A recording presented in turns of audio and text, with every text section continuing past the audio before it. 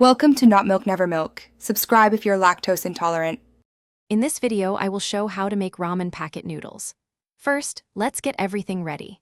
You'll need 1 packet of ramen, a medium-sized pot, and approximately 2 cups of water.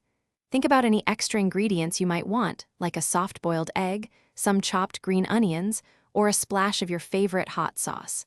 Having these items prepared beforehand makes the cooking process smooth and enjoyable. It's all about setting yourself up for a delicious meal. Now, let's get those noodles cooking.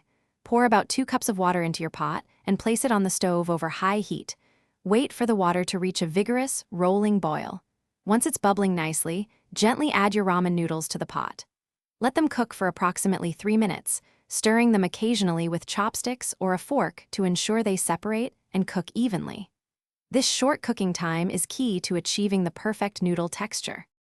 With your noodles perfectly cooked, it's time to infuse them with that classic ramen flavor.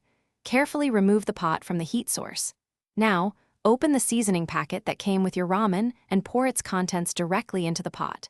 Stir everything together really well, making sure the seasoning dissolves completely into the broth. This step is crucial for developing the rich, savory taste we all love in ramen. Feel free to add any extra ingredients now. Your delicious ramen is now ready to be enjoyed.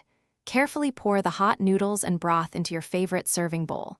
If you prepared any extra toppings, like a perfectly cooked egg, some fresh green onions, or a sprinkle of sesame seeds, now is the time to add them for an extra layer of flavor and visual appeal.